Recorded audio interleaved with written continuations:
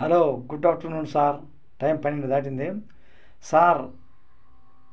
నాకు సబ్స్క్రైబ్ చేసిన వాళ్ళందరూ కూడా ప్రతి ఒక్కరూ ఆయురారోగ్యైశ్వర్యంతో చల్లగా ఉండాలని కోరుకుంటున్నాను సార్. ప్రతి ఒక్కరూ అలానే నాకు సబ్స్క్రైబ్ చేయని వాళ్ళు, నా వీడియోలు చూడని వాళ్ళు, ఈ ప్రపంచంలో ఉన్నటువంటి ప్రతి ఒక్కరు కూడా ఆయురారోగ్యైశ్వర్యంతో చల్లగా ఉండాలి సార్.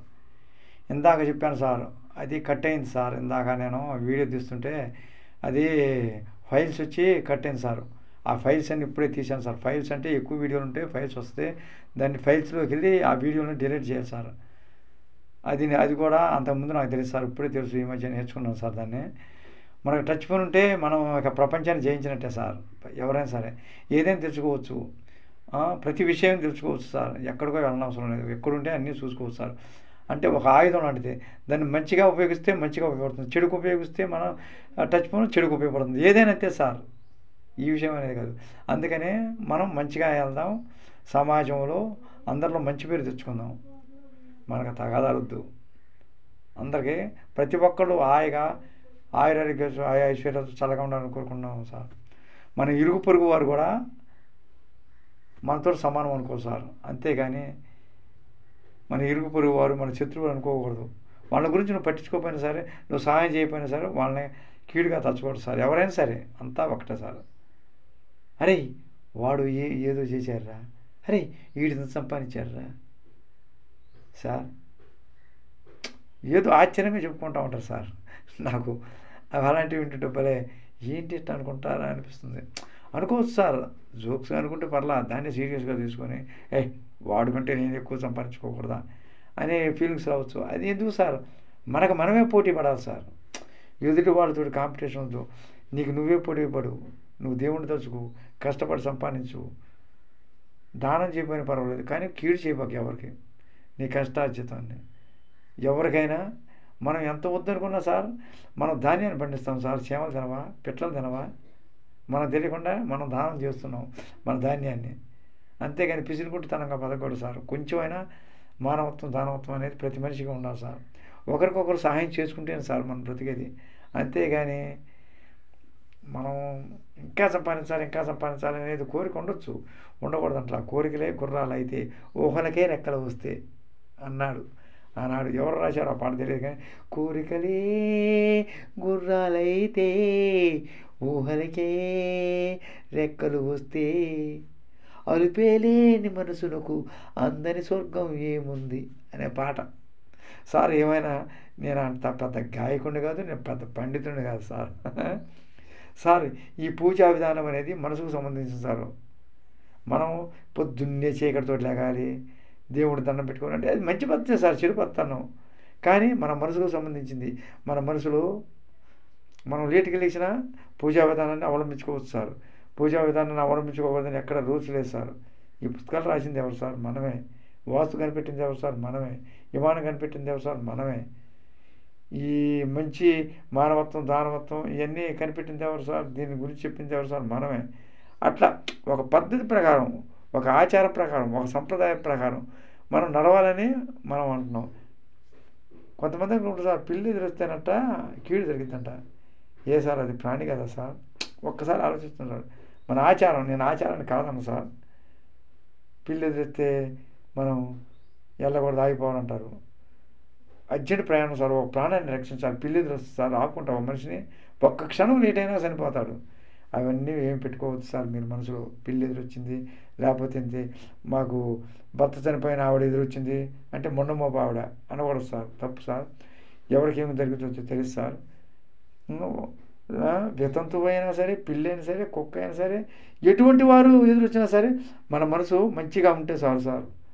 మన మనసు ప్రశాంతంగా ఉంచుకోవాలి, ఎటువంటి చెడు ఆలోచన లేకుండా ఉంచుకుంటే చాలు సార్. అంతేగాని పిల్లి ఎదురొచ్చింది, లేకపోతే కుక్క ఎదురొచ్చింది, లేకపోతే నక్క ఎదురొచ్చింది, లేకపోతే ఏమో వాడు చూస్తూ ఉంటే నాకు దిష్టి తగిలిద్ది, లేకపోతేనేమో ఒరే వాడు నా మీద చేతపడి చేశాడురా, లేకపోతే తాయిత్తులు కట్టించుకోవడం. తాయిత్తునే తప్పను సార్, ఎవరికి ఇష్టం వచ్చిందో ఆడే.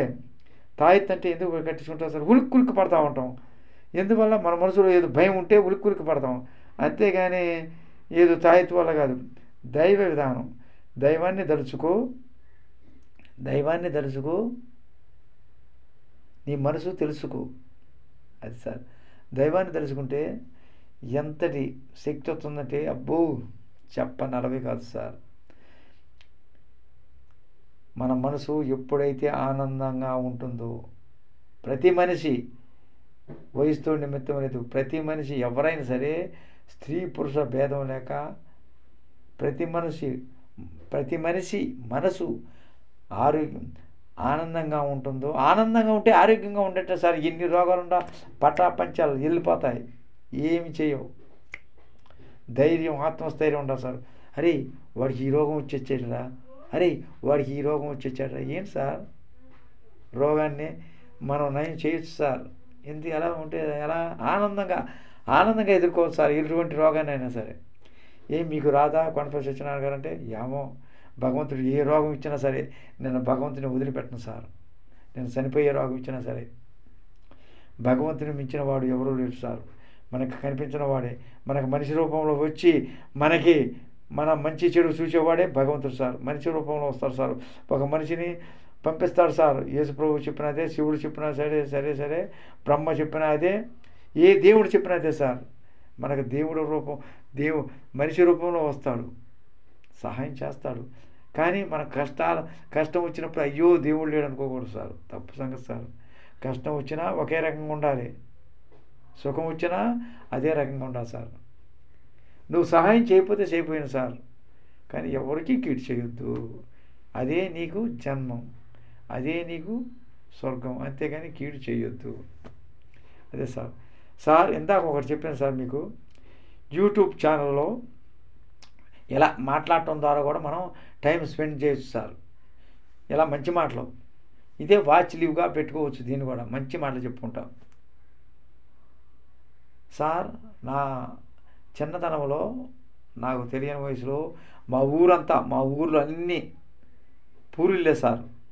అక్కడక్కడ పెంకుట్లు ఉండే సార్. ఎక్కడో 100 ఇళ్ళలో 200 ఇళ్ళలో ఒక డాబా కనపడేది సార్ నా చిన్నతనంలో. ఇప్పుడు హెబ్బే పూరిల్లా, పెంకిటిల్లా, రామ కృష్ణ ఇప్పుడు అన్నీ పెంకిటిల్లు కూడా పడబడుతున్నారు సార్. డాబాలు అప్పుడు స్టైర్. మా ఇల్లు పెంకిటిల్లే సార్. చూడండి సార్, మా ఇల్లు పెంకిటిల్లే. అలా అని మనం ఆ పూరిల్లుని మర్చిపోకూడదు, పెంకిటిల్ని మర్చిపోకూడదు. మనం పూర్వజన్మ మనం పోయినటువంటి అంటే మనకు ముందు మన చిన్ననాటి అలవాటు, మనం పోయినటువంటి కాలాన్ని స్వీకరించాలి సార్. మంచి మధుర క్షణాలు ఉంటాయి, వాటిని ఆదరించాలి. చెడు క్షణాలు, చెడు పనులని మనల్ని వదిలేయాలి సార్. మంచి చెడు తెలిస్తేనే మనిషి మంచి మార్గాన్ని నడుస్తాడు, అంతేగాని మంచి అంటే ఇదే మంచి అని నడుస్తాడు సార్. చెడు అనేది ఎలా తెలుస్తుంది సార్? మంచి చెడులు అన్నదమ్ములు లాంటివి సార్. చెడును వదిలేయి మంచిని స్వీకరించు, అంతేగాని చెడు అని తెలిస్తేనే మంచి చేస్తాడు మనిషి. ఓహో ఇది చెడు, ఇది మంచి. పిల్లలకైనా తల్లిదండ్రులు నేర్పుతారు ఇది మంచి, ఇది చెడు అని. తర్వాత చుట్టూ పరిసరాలు, మన వాతావరణం ఇది మంచి, ఇది అని చెడు అని చెబుతుంది మన పిల్లలకి ఎదిగే కొద్దిగా. అలానే వాళ్ళ సహవాసాలు, అలానే వాళ్ళు ముందుగా వెళ్ళినటువంటి ఆ అట్మాస్ఫియరు, ఆ చుట్టూ బడి, ఆ టీచర్సు, అలానే సమాజంలో రకరకాల ఉన్నటువంటి మనస్తత్వం గల పిల్లలు, వాళ్ళతో స్నేహం చేయటం, వాళ్ళ ద్వారా కూడా మన పిల్లలు మంచి చెడు నేర్చుకుంటారు. అంతేగాని మన పిల్లల్ని ఇంట్లో ఉండి బంధించకూడదు. ఏమి తెలియదు, నూతులు కప్పలే బాబు. ఏంటి సార్ నూతులు కప్పలు అంటారు? నూతి బయట కూడా ఉంటుంది కదా కప్ప సార్ అనవచ్చు. అవును సార్, అది బహుచర జీవి, భూమి మీద నివసించగలదు, నెలలో నివసించగలదు. కప్పకి ఆ గొప్పదనం ఇచ్చాడు దేవుడు సార్. ఇంకో మనవి మీ అందరికీ, మీరు అన్నం వండుకునేటప్పుడు శుభ్రంగా కడగండి, ముడి బియ్యం పట్టించుకోండి, ముడిగా ఉండేటట్టుగా. ఆరోగ్యానికి మంచిది సార్. మంచి పోషకాలు ఉంటాయి సార్, మంచి పోషకాలు ఉంటాయి. మన బియ్యంలో మంచి పోషకాలు ఉండాలంటే ఏం చేయాలి? తెల్లగా పట్టించుకోకూడదు సార్. నైస్ అంటారు తెల్లగా ఉంటే. కాదు సార్. మనం బలంగా ఉండాలంటే కొంచెం ముడిగా పట్టించుకోవాలి సార్. బాగా ముడిగా పోయినా కొంచెం లైట్గా ఉండాలి సార్. అప్పుడు మనకు పోషకాలు ఉంటాయి. ఇంకా ఫుల్గా ఉంటే ఇంకా ఫుల్గా ఉంటాయి సార్ పోషకాలు సార్. అది సార్ నేను చెప్పేది. మన అన్నాన్ని బాగా ఒకసారి 2 సార్లు శుభ్రంగా ఎక్కువ వాటర్లో కడిగేసి మంచి వాటర్ తోటి దానికి సరిపడా వాటర్ పోసి దాన్ని ఎగరపెట్టండి సార్. ఎగరపెట్టి పులుకులుగా ఉండదు సార్ దయచేసి. అంటే కొంతమంది పులుకులుగా ఇష్టం అవ్వచ్చు. మరీ పులుకులు కొద్ది కొంచెం మెత్తగా వండుకోండి సార్ ప్లీజ్ సార్. ఆరోగ్యానికి మంచిది సార్. ఇంకా మెత్తగా ఎంత మెత్తగా వండుకుంటే అంత మంచిది సార్. పులుకులుగా అన్నం వండుకోవద్దని మిమ్మల్ని నిర్బంధించలేదు. కొంతమంది బాగా పులుకులుకుంటే తింటారు. అది విచిత్రం, చెబితే వినరు. నా వీడియో చూసి మీరు దయచేసి అన్నాన్ని పులుకుగా చేసుకోవద్దు. పులుకుగా ఉంటే మంచిది అంటారు. కాదు సార్, మెత్తగా వండుకోండి. మరీ చెయ్యట్టు పెడితే మెత్తగా దూరిపోయేటట్టు కాదు, సరిపడా మెత్తగా వండుకోండి. అందరికీ బాగుంటుంది. మరి అటు పులుగు కాదు, ఇటు మరి మెత్తగా కాదు, సరిపడా మెత్తగా ఉండేటట్టుగా వండుకోండి. ఇంకొంచెం మెత్తగా, కొంతమందికి ఇంకా ఎక్కువ మెత్తగా ఉంటే మంచిది, అలా వండుకోవచ్చు. ఎక్కువ మెత్తగా ఉంటే ఇంకా మంచిది, ఆరోగ్యానికి ఇంకా మంచిది, కాదంటలేదు సార్. అది సార్. అలానే మీరు కారం ఉప్పు అన్నీ సరిపడా వేసుకోండి సమానంగా. కూడా మంచి రుచిగా ఉంటాయి సార్ కూరలు కూడా.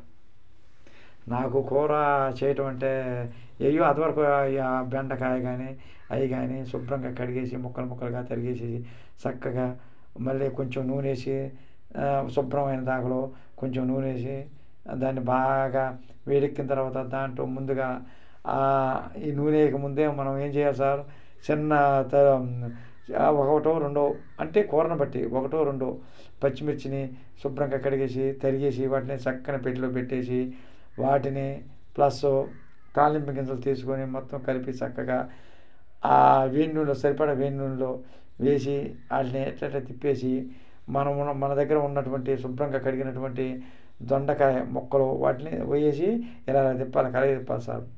వాటిని మరగనించిన తర్వాత సార్ బాగా ఏపైన తర్వాత సార్ దాన్నే బాగా ఎక్కువసేపు వేయించామనుకోండి సార్ ఇగురు అంటారు. కొంచెం తక్కువగా గుజ్జుగా చేస్తే గుజ్జు అంటారు. కొంచెం ఇంకా మనం చింతపండు అలాంటిది వేస్తే దొండకాయలో చింతపండు వేయదు కాదు. సార్ నాకు ఒకటి ఆశ్చర్యం సార్, అందరూ దొండకాయ పులుసు ఎందుకు చేయకూడదు సార్, చింతపండు వేసి బాగోదా సార్? నాకు అనిపిస్తుంది సార్ అప్పుడప్పుడు, దొండకాయ పులుసు ఎందుకు చేయకూడదు సార్? దొండకాయ పులుసు అంటే సార్ దొండకాయ గుజ్జులాగా చేసుకోవచ్చు సార్. దాంట్లో చింతపండు వేసి దొండకాయ పులుసులాగా చేస్తే ఎలా ఉంటుంది సార్? నాకు అప్పుడప్పుడు అనిపిస్తుంది. ఇది ఏమైనా తప్పుగా మాట్లాడితే క్షమించండి sir. Thank you sir, thank you very much. మీ అందరికీ మీరు ప్రతి ఒక్కరూ ఆయురారోగ్యాలతో చల్లగా ఉండాలని కోరుకుంటున్నాను సార్. ప్రతి ఒక్కరూ Kondapalli Satyanarayana YouTube channel subscribe చేయండి, లైక్ చేయండి, షేర్ చేయండి, కామెంట్ పెట్టండి. ఒక్కసారి సబ్స్క్రైబ్ చేస్తే చాలు సార్, తర్వాత చేయని అవసరం లేదు. ప్రతిరోజు నా వీడియోలకి లైక్ షేర్ కామెంట్ పెట్టండి. ఇదే మీకు చెప్పేది. Thank you sir, thank you very much. నేను ఉంటాను సార్. మీరు అప్పుడప్పుడు పెద్ద వీడియోలు ఇలాగే చేయండి సార్. అలానే షార్ట్స్ వీడియోస్ ఇంకా ఎక్కువ చేయండి సార్. రోజు 1-2 పెద్ద వీడియోలు పెట్టుకోండి. ఎందుకంటే మనకి యాడ్లు ఇచ్చినప్పుడు ఏం చేస్తారంటే ఎక్కువగా టైం స్పెండ్ చేసినట్ల ఎక్కువగా ఎంబ్రాయిడ్ అంటే ఎక్కువ చేసేటటువంటి వాటి మీద కాస్ట్లీ యాడ్ చేస్తారు సార్. కాస్ట్లీ యాడ్ ఇచ్చినట్టు ఎక్కువ డబ్బులు వస్తాయి సార్. దీన్ని బట్టి మిగతా వీడియోస్ చూసి షార్ట్స్ వీడియోలు అన్నిటికీ కలిపి మొత్తం అమౌంట్ అవుతుంది. అచ్చం షార్ట్స్ వీడియోస్ చేయొద్దు సార్. అప్పుడప్పుడు 5 నిమిషాల నుంచి 10 నిమిషాల వరకు వచ్చే వీడియోలు 5 నిమిషాలు తగ్గకుండా ఉండేటటువంటి వీడియోలు చేయండి సార్. 10 నిమిషాలు అరగంట ఉంటే సార్ ఇంకా మంచిది సార్. నేను చెప్పేది సార్, ఎక్కువ డబ్బు సంపాదించాలంటే ప్రతి మనిషికి డబ్బు అవసరం సార్, కాదండి సార్. డబ్బే జీవితం కాకూడదు. డబ్బు మనం నడిపించినట్టు నడిచేది. డబ్బు మంచి చేపిస్తుంది, చెడు చెప్తుంది. అది డబ్బు తప్పు కాదు సార్, మనిషి తప్పు అంతేనే. అందుకని మనం సన్మార్గాన్ని నడుద్దాం, డబ్బుని మంచిగానే ఉపయోగిద్దాం, చెడుగు ఉపయోగించవద్దు. Thank you sir, thank you very much. God bless you sir. మీ అందరికీ ప్రతి ఒక్కరికి. ఇక నేను ఉంటాను sir. Good afternoon sir. Thank you sir, thank you very much.